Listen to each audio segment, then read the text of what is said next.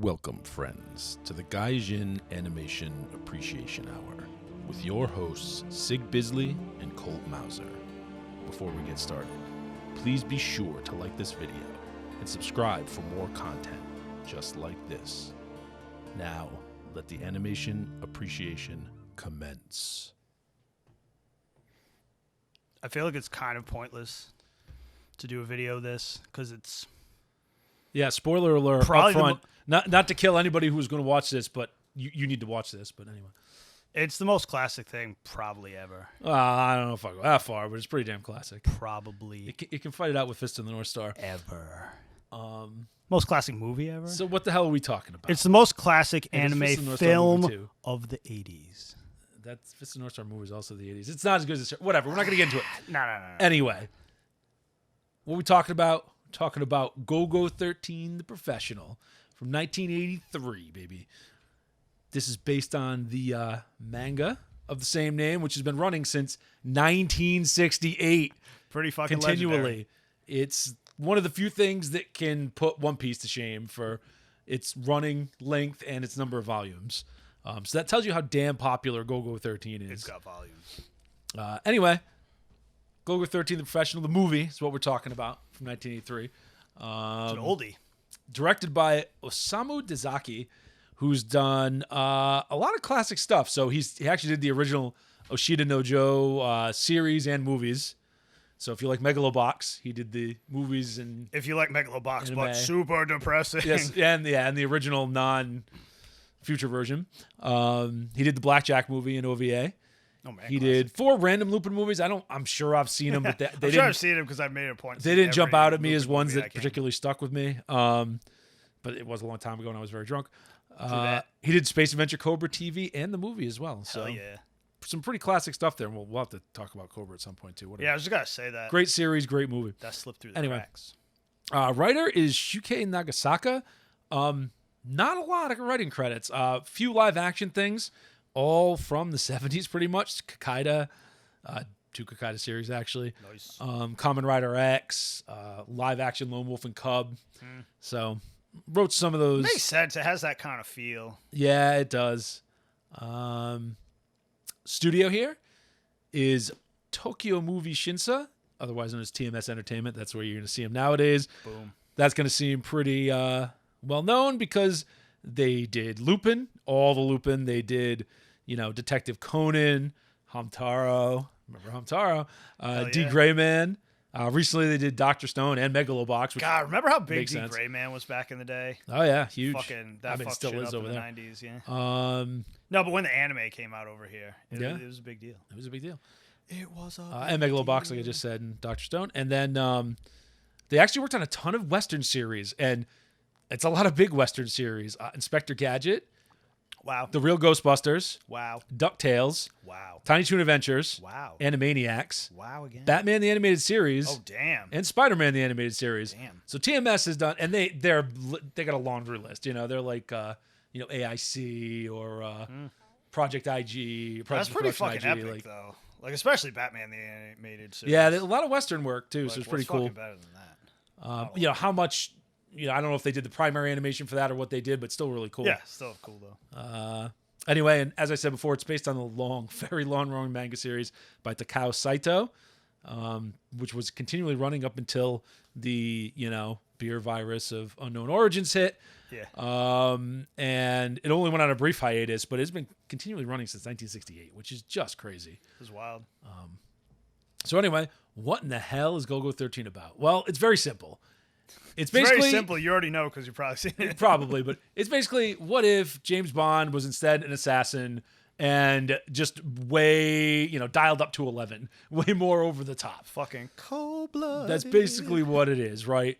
So, GOLGO here in the movie, he's hired, as he always is, to carry out an assassination. The first one he carries out is the son of he's not like an oil magnate. He's like a all business industry. He's like the entire defense industrial complex. Yeah, in like industry one guy. magnate. Yeah, like if all the big defense companies were one company, this is the guy. Like he basically guy. runs the world with his giant company.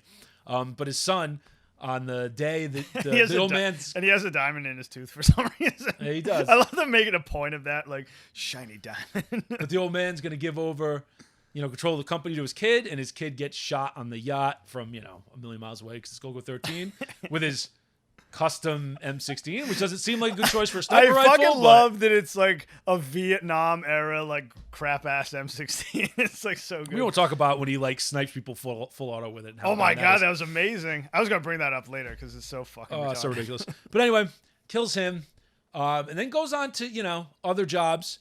He's got to find the infamous, was it Dr. J? Dr. Z. Dr. Z. Hell Sorry. yeah. Dr. Z. Why a mob boss is named Dr. Z? I have who knows? Fucking idea. And, is that like a Venture Brothers? It really is. Awesome. I think it actually is. So anyway, they, he goes on that. It's a mob boss thing. He goes to Italy. So there's a lot of globetrotting going around. Takes care of that job. Of course. He has to have a different awesome white car in every place he goes. Of course. But he takes care of that job, and then, he gets ambushed after the job, and this is when it starts to get to the real story where, the people, there are bigger powers at play trying to take him down while he's just going about his business, taking care of his contract killings. Fucking CIA, son. Yeah, and then it's, the CIA and the FBI and the Pentagon, and everybody's involved, and there's a whole mystery plot about who's doing, although it's kind of obvious who's up to no good. And then, it continues from there, and then it escalates, and you get some of the strangest damn villains you'll ever see this side of JoJo's with Snake, the weird snake guy, and Snake. Gold and Silver. Gold and Silver are just like they get chumped pretty too hard, fucking disco for me. Like, I can't even take them seriously. They're like too fat. They're like JoJo's. And I haven't, having not read the 200 some odd volumes of the manga, I can't say. I got a job. I got things to do. I'm assuming a lot of this is like, they pulled some greatest hits from here and there, yeah, and jammed it all together. But anyway, that's GOLGO 13. Not too much else to say about what goes on it. Just watch it. You'll get the idea. A lot of sex, a lot of guns, a lot of violence, a lot of action. It was hard to edit the clip reel for this one because there's like 3 scenes the whole thing without boobs. Yeah, it's opie everywhere. It's 100% titties violence the whole time. Pretty much. Very 80s of it. Anyway, what did you like about GOLGO 13? Don't just say everything, because obviously. Okay. Where to start? I mean, GOLGO 13 is an immortal classic. The character's an immortal classic, so you can't really... I won't even touch on that. What I like specifically about the movie was they actually boiled it down really good into, like, to write a story from a manga that's been running that long. Even back then, it was still 20-some years, right? Yeah. Or 20-ish. Just about 20. 15. Oh, it was 83. I keep thinking it's 87. Sorry. Yeah. My math sucks. But anyway, the actual story was really tight. It wasn't just a, like, greatest hits, amalgamation of shit. Like, it was a tight story. Which, if you want the greatest hits stuff in a longer form, watch the series. But anyway. Oh, yeah, it's like a 30-some episode series that's basically just his greatest hits. Yeah. But anyway, please continue.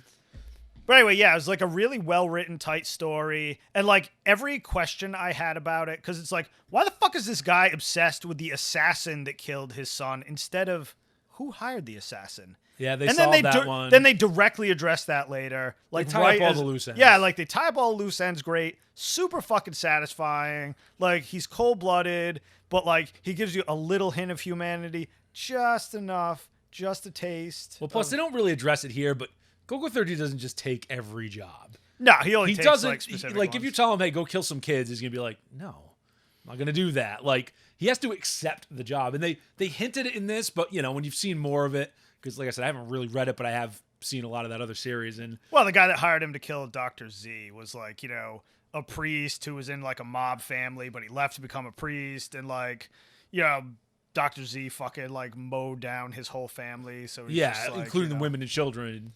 Yeah. So I mean, and then it begs the question. You start thinking as you're watching it, like, well, then why did he kill the kid in the beginning? Because what did the kid ever do? And then they solve that too. I won't say how, but there's a reason behind everything. Yeah. Yeah, like I said, they tie up all the loose ends, which is good for a movie like that, because usually those movies from like a really long-running manga are just like, greatest hits by the manga. You know what I mean? They don't waste time with that. This is a very nerdy thing to love, but I love how they cut it together. Like it's just edited really tight where you get like a short scene of like one character, the It's short good scene of pacing. him, like yeah, like good just the way they pacing. edited it was really nice. I don't know, I like that. Yeah, it never really gets boring. It's There's a lot of like jumping back and forth, but it keeps like it makes it like fast paced. It makes it very actiony. there's some weird like editing choices. There's some surrealism going on, Oh yeah, it gets like super trippy. which not super. I mean, it's not Utina trippy. No. But like there's some weirdness, but it reminds me of that like 70s kind of art house film weirdness. I fucking love that. That's probably Yeah, it fits. Like I wasn't sure whether I liked that or not, whether it was good or bad, but I think I like it. I think it's good. I think I like it. I'm positive. I think it's good. What else was I say? Oh, I like that it's not realistic at all. It's a very realistic setting. Yeah. With very unrealistic things happening in it. Very James Bond, right? Oh yeah, definitely. And I mean the movies, obviously, especially the later ones. Yeah. Although it's better than them. You know, he's taking shots that you can't possibly take. He's shooting. He's using an automatic weapon to snipe people through a building, through into entire another building. buildings, like 10 windows or something. Yeah. Which, if you know anything about guns, like if a bullet hits like a grain of sand, it goes off. I mean, there's no realism there, but it doesn't matter. That's not the point. Like he's also not completely invincible. Like you never get the thing that he's gonna die, but he gets shot all the time. Like and like he does ridiculous stuff. They don't but he's just not try to invincible. kill him. They have like an entire army, like fucking barrage a building and like bring it down just to kill him, which probably makes it easier for him to escape. But whatever, I'm not gonna say. I was thinking the same thing too. But yeah, I mean, I like that. And some of the villains are very unrealistic, but they're cool. So who cares? Well, except for Gold and Silver, they're just weird. Yeah, but I think that's the point. I'm not impressed, but I think that's the point. Well, they built them up to be so badass. Oh, and it's savage. Like, oh yeah, I mean, you got a little girl trying to kill him at some point. Yeah. And then, it's just cold blooded. And then his friend who's like, they got my family. That man. one was kind of the worst. Holy shit. He's just like, nope. Had to do it. You can't screw with Duke Togo, man. He'll mess you up. He will. So apart from saying how great Duke Togo is and how great GOLGO is in general, that's all I got for likes. Yeah, there's not a ton of analysis on this one. It's just really fucking good, really fucking classic, and you need to watch it. Was there anything you disliked? Good question. I got one nit to pick. I mean, my only nitpick was like, I know his M16 is super classic, but I would have liked to see more cooler guns.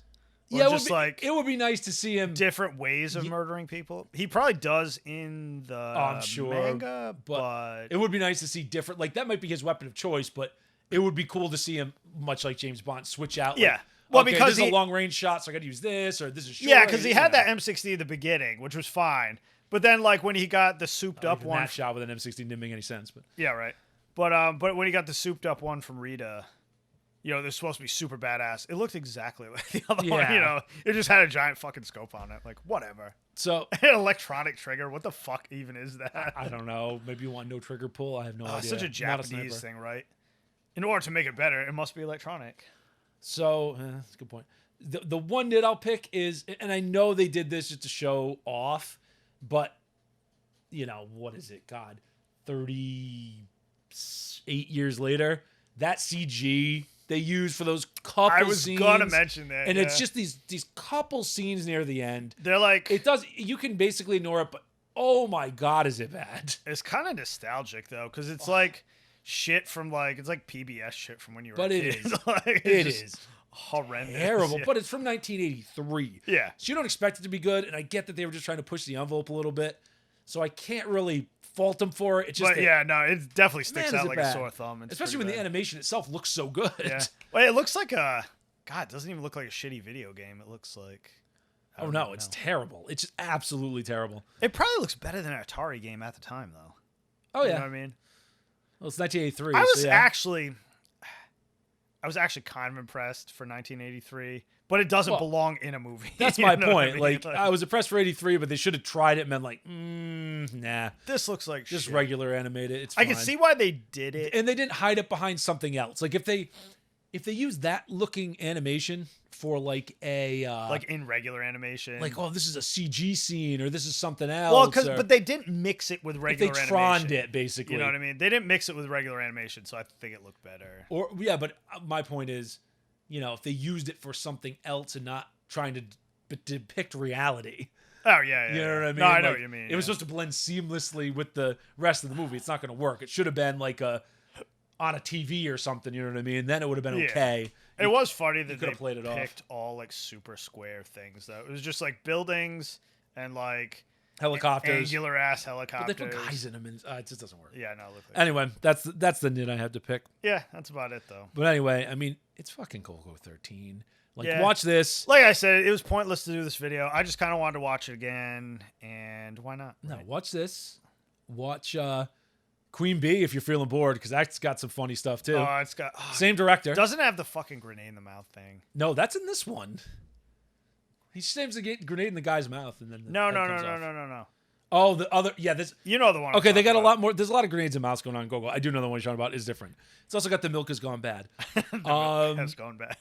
And watch the series, and I don't know, just watch everything GOLGO related, because it's GOLGO 13. It's great. It's the shit you just don't get anymore. Like just ultimate badass, like unkillable murder machine. I will say, if Gets all the chicks. you know, if your Netflixes and Amazons and HBO Maxes of the world were smart, they would fund a series of GOLGO 13, a live action, because it's so easy to live action. It's so cheap. It to wouldn't cost a make, ton, and it's so awesome. but the problem is GOLGO 13 would be a black trans lesbian, and it wouldn't work. So you could get like because like Duke Togo, you gotta figure he's like half American or something. They used he's to do Asian. that. Used to do that in everything He's last clearly, year. like, but you could get Asian, like yeah. who's that like giant Korean dude? Oh, you're just gonna make all of Japan mad. Don't be suggesting that. What, they do it to us all the time. Yeah, but don't be suggesting that. They don't have any big enough Japanese guys. Oh, of course they do. Come on. Nah, he's got to be like half white though. I'm trying to think of a Dude, guy. Togo is he's like vaguely Asian. No, I didn't think even he's- acknowledge that, but Oh no, I think he's like actually supposed to be like half American. Yeah. They did that in everything. well, his back in origins the are 80s, like- mysterious. Yeah. He's like the Joker, man. He's got 82 origin stories. but whatever. Regardless, it's something they could do. They could make good money off it, and they'd somehow screw it up. So let's not give them any ideas. Sorry, Japan. I didn't mean to suggest that a Korean guy could play a Japanese guy. How dare you, Even sir? though they turn every How white character black. dare you? Whatever. I don't even fucking care anymore. But anyway, watch the shit out of this. It's super easy to find. I know half the crap we tell you to watch is like impossible to find. Try the internet. But It's streaming for free. So yeah. Oh, is it? online. Yeah, it is. Well, there you go. We give you a freebie. Anyway, until next time. Catch you later. Well, that's all for today, everyone. We'd like to thank all of you for tuning into another episode of the Gaijin Animation Appreciation Hour. Please remember to like and subscribe, and may your entertainment be always, well, entertaining.